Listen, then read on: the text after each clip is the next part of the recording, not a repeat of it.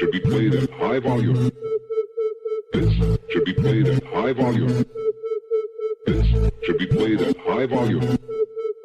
Preferably in a residential area. The following thoughts on Hoppe Hour do not represent Cox Media Group or its sponsoring. Anything you hear may and will be used against you. Thank you. Voted as best local podcast in Tampa Bay by the Creative Loafing. You're listening to Hoppe Hour. What up? What's happening? This is Hoppe Hour. I am your host, Ryan Hoppe. And on the phone line is a guy who has been in the radio business for a minute. He is the host of the PK and Riley Morning Show on Power 96.1 in Atlanta. And he also is the host of the PK and DK podcast. On the phone line is PK. He is live on Hoppe Hour. What's up, dude? What's going on, bro? Okay, so I got my IPA here, so that's good. It's happy hour, so I can drink, right? Hell yeah, dude. That's what makes the show the best, is when I have a guest sipping on a beer. I've been a big fan of you for a minute now. I'm a radio geek, and I used to go to the library and look up radio shows, and like maybe 7 or 8 years ago, I found a bunch of videos of the Playhouse, so I've been a big fan for like almost 10 years now. Thanks, man. That's anytime that somebody brings that up, I'm like always flattered, you know? Doing radio, you don't realize that, I don't know, sometimes reaching people, and I don't know. We just try to go to work every day and have a good time and have fun, so it's awesome to hear that, especially like 8 years later. So thanks. Is there a part of you that misses doing the Playhouse, or do you feel like it had its run? Ooh, man. With a heater right off the bat. Yeah, of course. Like I miss the people, because we all still talk and we all still do goofy stuff on the side just for fun. So a lot of the stuff we did there was just because we liked each other, and we never went on the air thinking we're going to do something to shock people. We were just like, hey, I think this is kind of funny. Let's just do it. So I miss hanging out with those people. I do think towards the end it had its run. The reason that we left doing that is because they came to me and they were like, we have to decide on, because it was 2008 and the economy hit. Everything went downhill, and it was Portland, so it was a smaller market. It wasn't one of the top 10s. So they came to me and they were like, well, you got to decide on having a few people off the show. And at that point, I told them, either take my salary and let's divide it. Let's figure out a way to make this work. We'll all take pay cuts. Let's figure it out, or we'll all walk. So when they didn't want to work with keeping everybody because of the money it would cost on the medical side of things and benefits and all that stuff, then we all walked. So part of me is like really proud of that moment. So I'm glad it ended up the way it did. It also did have, like, we were in a smaller city, so I feel like towards the end there, we kind of did everything we could have. Like, I don't know what else we could have, there were days where we were like, man, we've all tattooed ourselves, we've done this, we did this, like, what's next, So I don't know if that was just like needed a few month break, maybe because we were going for like 10 years, so that could have been part of it. But I don't know. I feel like I do miss it. I'm always going to miss it. But I also feel like it was a great way to go out there, so. What's the difference between doing a radio show in a major market like Atlanta or doing it in a medium market like Portland? What's the difference in doing radio content and the listeners? I don't think there is any. I always was stuck. Like, I remember, like, when I first got into radio, I always wanted to be in those major markets, and I thought I had, like, an idea of what that was like. And now that I've sort of done both in Houston and between, it's kind of, I don't think there is a difference, man. Like, I think it's all about the amount of fun that you're having and a good time. And like, that's why I still do my podcast on the side with my wife. She's on the show now. But when we were in Houston, we were very limited to the content that we could do. So I started the podcast because I just wanted to have a good time and do good content that I liked. And, if nobody listened to it, then nobody listens to it. I'm still having a good time, So I think it all comes down to just having a blast and being able to have fun while still putting in the hours and being creative and doing good work as well, Because I tell that to a lot of people, and they think it's like an out to actually doing work. Oh, I'm just going to have fun. Nah, you have to put in the hours and the grind, but at the same time, you have to be having fun. Like for our podcast, man, we prep like 3.5, 4 hours every Wednesday night before we go on. And sometimes, we've had nights to where like we get off the podcast and my wife and I, we won't talk for like a couple of days. Now, it hasn't been a lot of those nights. But there has been like a few where I just felt the show just didn't work out, and she was aggravated at me, I was aggravated at her, and we just didn't talk for a couple of days. So, but overall, I would say like 9 times out of 10 we're having a blast, even if it doesn't go according to the schedule. And that's really what radio's about. I think in a small market, large market, I think that's, being able to relate and have fun. What's it like working with your wife? Like, are you ever nervous that it might ruin your relationship, or is it not that bad overall? I love it because I feel like a lot of people on radio want to talk about being real, but yet they don't. Like, I'm not gonna name the show, but there's a show that was married that I found out was actually secretly divorced, and to me, that's just lying. So like what I love about it is she gets it. She gets radio, and we'll talk about anything and everything. It hasn't been a thing we haven't addressed. Actually, I would say this. I think the only stipulation or rule to that is we won't talk about something if somebody's like kids will get taken away, like if there's a topic with one of our friends and they're going to court or something, or like if there's legal problems that it's going to cause them, we'll stay away from that. But like as far as anything and everything else, embarrassing stuff that happens at the house, it's awesome having you there, because if I say something that I think I see it from like one point of view, then she can call me on it and be like, well, that's not what happened last weekend, So I think that authenticity is key. Plus, it's honestly, I love the online stuff. So, with my wife, we're always around each other and we're always hanging out. We're always going to festivals, getting drunk and doing Facebook posts and podcasts. And, it just makes it a little easier because we're both in it and we're both having a fun time with it. And so, yeah, it's awesome. I like it. Now, you guys are real on air, and I would say I take the same approach. But what do you think about these shock jocks or just wacky DJs that hide behind a fake name and they're not themselves on air? Why do you think a lot of radio people take that approach? That's funny because like everybody thinks that PK is like a nickname or my radio name. Like now, it's my real name is Kalentzis, so it's like I could say that and nobody's gonna listen. So it's PK. And like my friends call me PK, my mom calls me PK. So. Yeah, I don't know. I don't want to go off on people. I just think that some people have had different training than I've had. I've had a boss that like really sat me down and, he like really grinded it into me that if I get fired tomorrow, it's not like, or if we have a bad break, right? People aren't dying. So it's just radio at the end of the day. So I think a lot of people take it a little too serious sometimes, and then egos come into play. And as far as the shock jock stuff, I just think that, and I've been a fault to this as well. Like, when I first got into radio, you listen to people and you just look up to them, and sometimes you can't do anything but copy what they're doing just because you're just in such awe. So that's why I'm also never mad, like when I see things like a mystery box pop up. Like, I get it, it's radio. But I don't know. I would go individual cases, I guess, depending on the jock, but I don't know.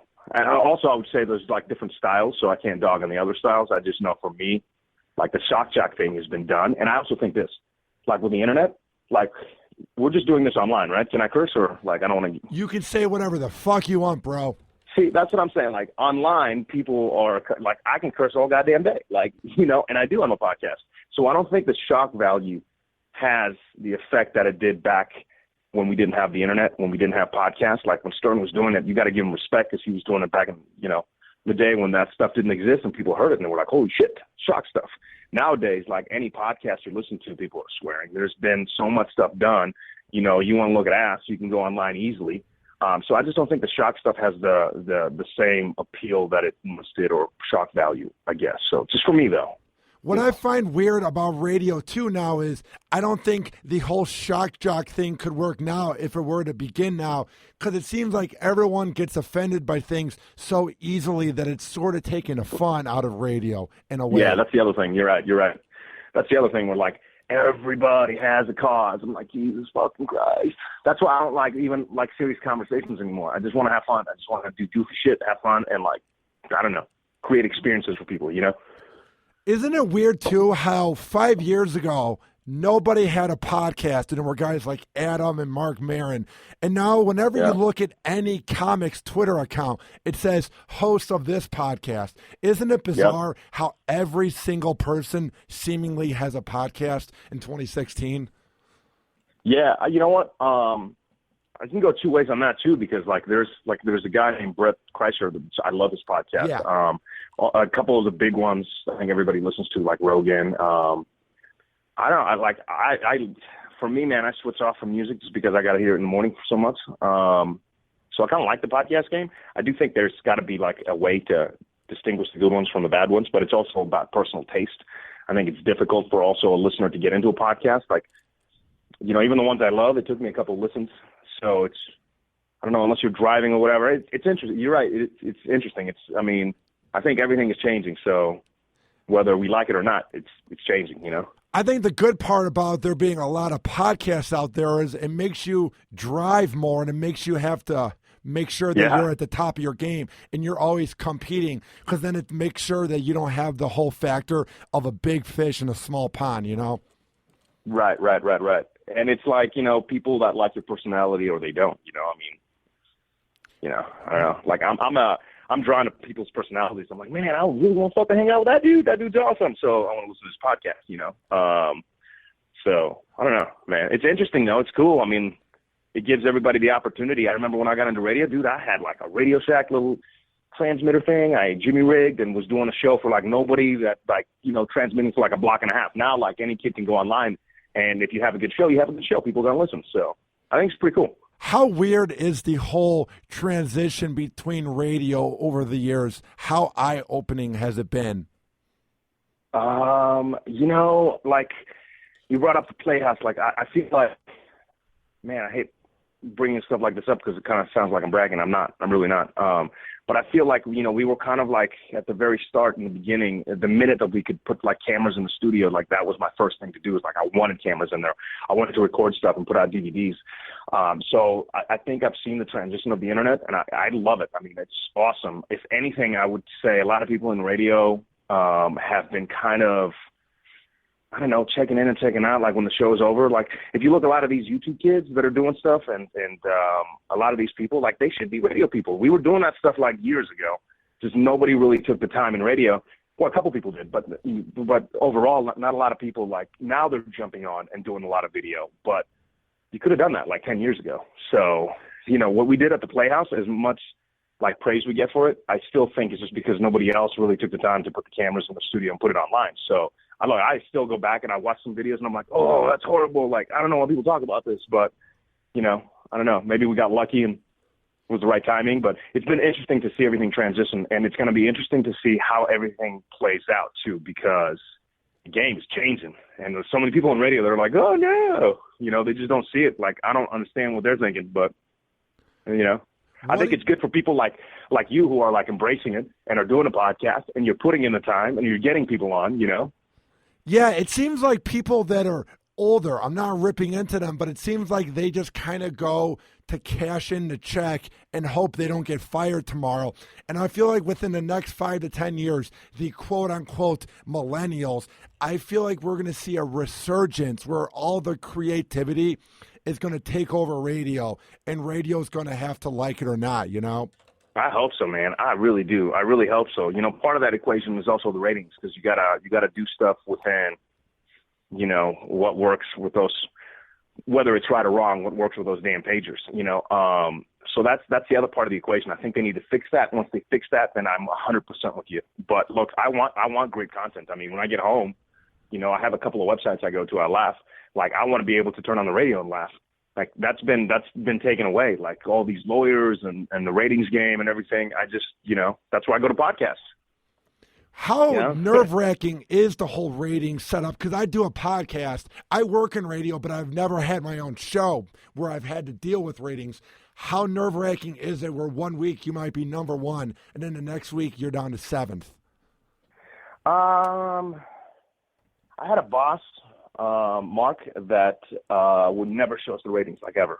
Before that, it was really nerve-wracking for me because I would really stress out about them, especially when I first started into it. And then, you know, his point was, and I'll never forget this, but he's like, look, you could be number one or you could be like number 7. Are you going to do anything different if you're 7th or 11th or something? Are you going to like work harder than you would if you're number 1? And I'm like, no. He was like, well, then you don't need to see the ratings. So he didn't show me the ratings for a good like 7-8 years. So after that, like, here, there's people that stress out around me. I just never look at them. I just try to do the best that I can. And if they like it, they like it. If they don't, they don't, you know? Yeah, I feel like you can't take it too seriously because you'll know if you're doing good by the vibe of the office because there's no reason to look. It just seems like a very flawed setup. I'm not trying to rip into radio. It just seems weird how a few people represent all of the business, you know? Oh, it is. No, it is. It absolutely is. I, couldn't agree with you more. And I think everybody knows it, so we'll see if technology can change that. I think they could put it in phones. I think there's a thousand things they could do. So, only time will tell, but it's like you can't, I don't know, man. I just feel like you can only do so much, so you just got to do what you do and still be able to have a smile on your face at the end of the day. So as long as you know you're doing good work and you're not slacking, I think that's, Which is what I like about you too, man. You do the podcast online, and then you do your morning show on Power 96.1 in Atlanta. So how has everything been with the new transition to Atlanta? It's good. It's good. I miss a lot of my friends. That's the thing about radio. It's like you move, and it's the greatest thing, but also the worst thing at the same time. I've seen the country. I've been to places that I love now that I would have, like Texas. Dude, I would have never, picked Houston to live in. And, I've been there. I was there for 6 years. My favorite place. I call it home. I want to go back at some point, that's probably where I'm going to want to retire in when I get old as balls. But, so that's the great thing about radio. It's it's gotten me to move around the country and see some awesome places. Portland, Fresno, awesome places, Atlanta now. But, at the same time, the other side of that coin is every time, and this is like anybody in any industry, I feel for you if you have to move for your job, because you go to a new place and you know nobody. You have all your friends back at home, and, you don't know, your spots, the food's different, the restaurants are all different. It's just it's really hard. It's really hard. So that's never gotten easier. I guess it has a little bit with Google Maps, because when I first started moving, there wasn't any of that, and you'd have I'd be lost for hours, a block away from my house because I'm an idiot. But, I don't know, it's hard, man. How hard is the whole thing of having to sell your apartment and move your things? Have you been lucky over the years, or was it often a trouble? Nah, when I left, here's the thing. We're talking about the Playhouse. I bought a house, and I wanted everybody to live in the house so we could talk about the drama of, just real life. We really wanted to be real on that show. So I was dumb, dumbest you could possibly be with your money. I know a lot of people say they're stupid. I was the king of stupids when it comes to money. So I bought this house, which I couldn't afford, but my idea was I'm going to have everybody move in. So everybody did, and it was awesome for radio. And then when we left, dude, I had to run, bro. The bank came after you, boy, short sale, the works. This was 2008. So I was out of that. So that was kind of a stressful time because, I was waiting for the bank to see if they were going to make me pay or if they were going to forgive the debt. And luckily, I don't know why, I feel like I won the lotto once already. I got a letter in the mail in Houston that said, "Did we forgive you? The house sold, so we're going to forgive this $80,000. I'm like, fuck yeah! So I'm really gun shy about buying anything ever again. So in Houston, it was apartments. And they kind of screwed me, in Houston too, when I left. They wanted 4 months on top of because I gave them my 60 days, and they were like, "No, you need to pay us 4 months." I'm like, dude, I'm renting 4 months. It's steep. So we just ended up transferring to another apartment in that same company here in Atlanta. So it's cool. It's all right. It's nice. What were some of the craziest things that happened when you lived with everyone from the Playhouse? I'd say the girl on the show, Naveen, had a bag. One of her brothers was a police officer. Ironically enough, the other one was a drug dealer. And I was asking him one day, I'm like, "Hey, what's the craziest thing you have in your room right now?" And then she goes, "Well, I don't have it anymore, but I had a bag filled with cash." And I'm like, "Wait, how much cash are we talking about?" She's like, 100,000. I'm like, "What the fuck?" What? She was like, "Yeah, my brother was keeping it. I was keeping it for my brother because he was in jail. They didn't want him to find it." I'm like, "Come on." So that was one of them. We did a party once. Well, actually, I'm an idiot. I'll just say that ahead of time. But I had a karaoke system in the backyard with a wireless mic. So I'd be out there by myself, drunk at 2 a.m, just singing. And I don't sing good at all, So I remember all the neighbors would think it was the Asian neighbors. And they would always come out with Sunday morning and be like, "Man, did you hear them singing karaoke?" I'm like, "Yes, I did." We did a party once where the shit got out of hand. It was the only party I ever did. They worked my floors. They were broken windows. Oh my God. Yeah. Was it sort of like a radio frat house?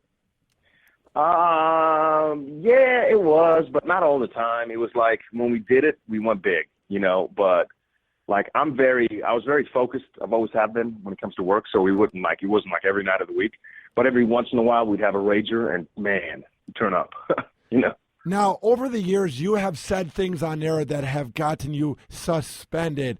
What's that process like? Do you find out afterwards from the PD that you're in trouble, or does it take a few days? What's it like when all this madness goes down?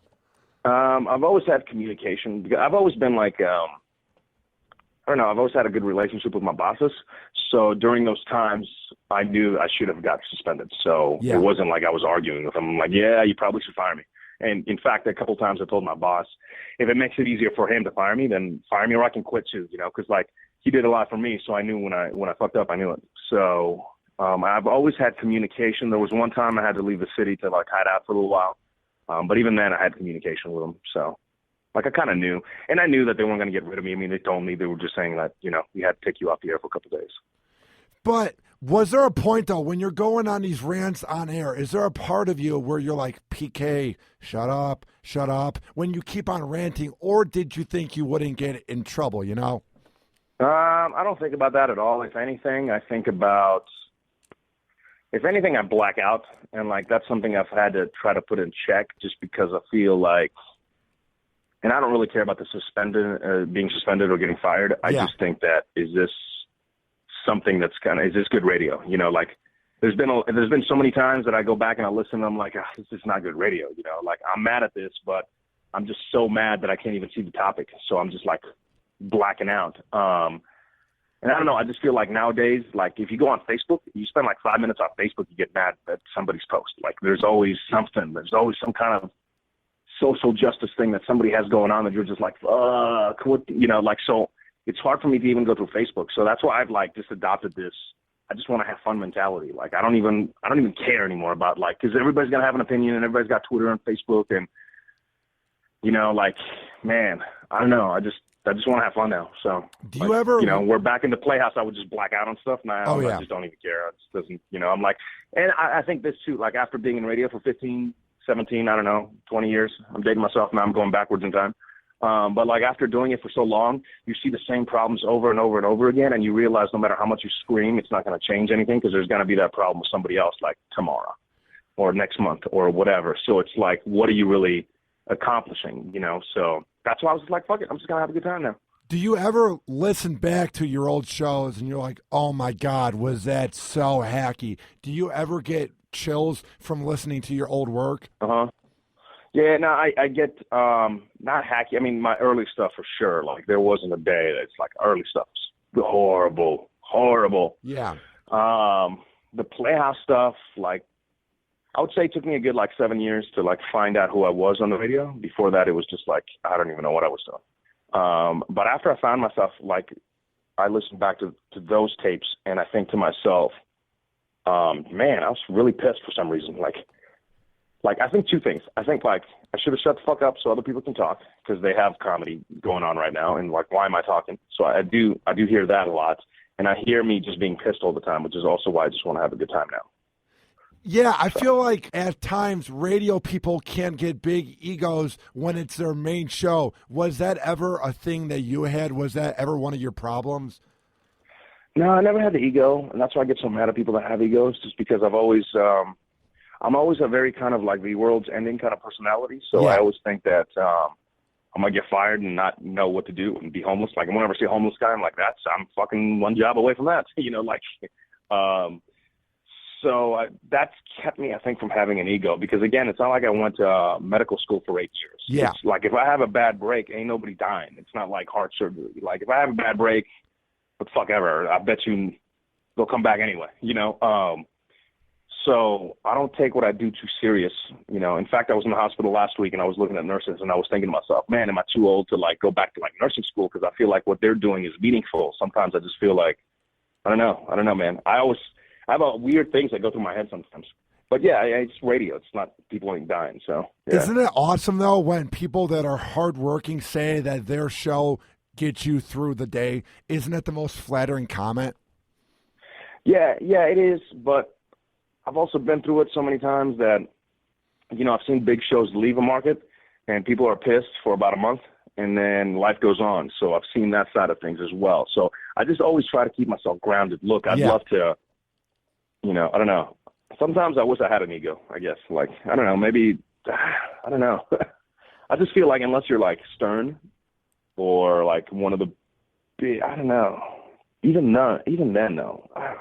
It's tough. That's tough for me. It's tough for me because, again, I feel like radio, you just have to have an interesting personality, and you have to go through the training of being able to deliver content and know what to prep for and know how to present it. But all that stuff, really, I feel like if you put the time and the work ethic in, which a lot of people aren't willing to do, you could do, like, I don't know that I can go to med school and be a doctor or a lawyer because I don't have the mental capacity to remember things. So that stuff I look up to because I don't think that I could do their job. When I feel like if they wanted to, they could do this job, if they put in the time and the work. Now, you do have to put a lot of time, a lot of work, a lot of discipline. You have to get things, I get all that, but I don't know. That's just the way I view my profession. Maybe I should be viewing it different, but I don't know. Now, I want to ask you this. How has everything been with DK's health? Oh, she's good. She's feeling better. Yeah, I'm missing Ellie Goulding tonight because he's sick, but whatever. She'll make it up somehow. Are you a big fan of top 40 music as you get older, or are you beginning to not like it as much? It's funny. I like everything. I like EDM. I like everything but country. I've always tried to get into I hate country. Oh, it's so fucking horrible. It's ridiculous, dude. Dude, I've tried to. There's a couple of songs, but I'm like, ugh. But other than that, I'm going to be the old dude, at festivals still, I just want to have a good time. I'll get fucked up and go to anything. It's weird, though, when you're at a bar and Keith Urban comes on, how it just makes you want to go to bed. Yes. And my buddies, live in Houston, they all like the Texas country. And I'm like, what the fuck are you playing? You serious, dude? Fucking horrible. Horrible. But no, I don't know. I mean, I do get to a point to where sometimes, and this is what I was saying about podcasts, sometimes there's so much music always playing 24/7 that I'm just like, I gotta just listen to talk or something, So now for people that haven't heard your morning show on Power 96.1, why should they tune in? I don't know. I mean, we just started, so it's a lot of music right now. But I think the personalities are great. I think it's honesty between, myself, DK's on there, Riley's a cool chick. So it's just we just try to have fun, man, in the morning. And I think that, my boss that I have now was a boss that syndicated the Playhouse back in the day. So he really gets it, but his music is on point. I told him the other day, I'm like, this is the first time I've ever really listened to the station I worked at.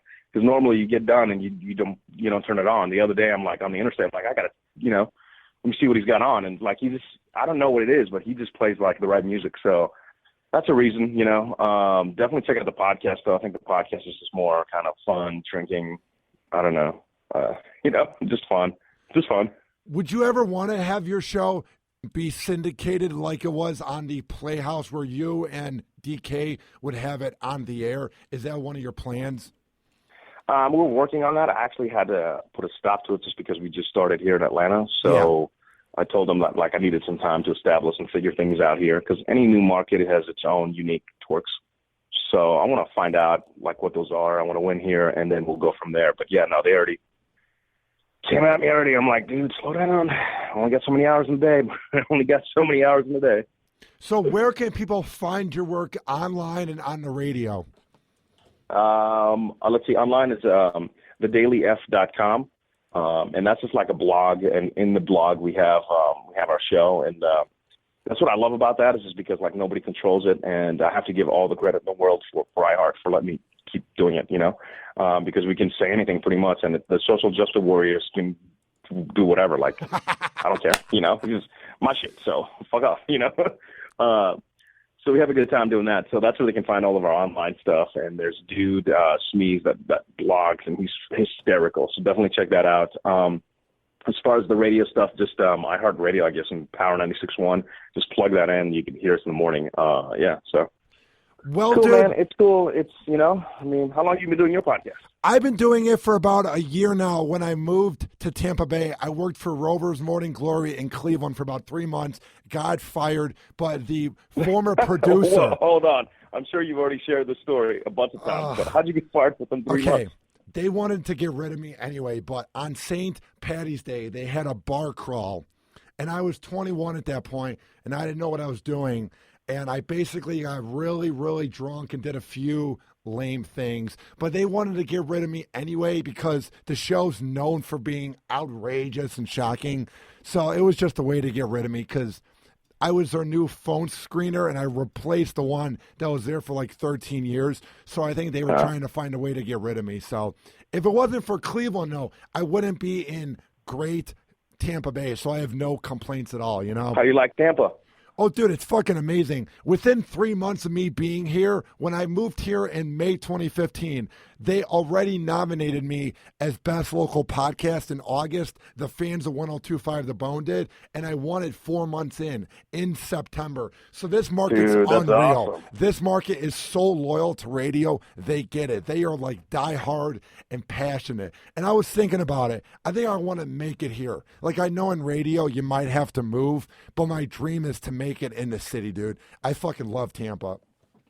Dude, that's awesome. When you can find a city that you're just like, yes, it's my shit. Like, I respect that, man. Good luck to that. That's awesome. That's really, really cool. Thank you so much, man.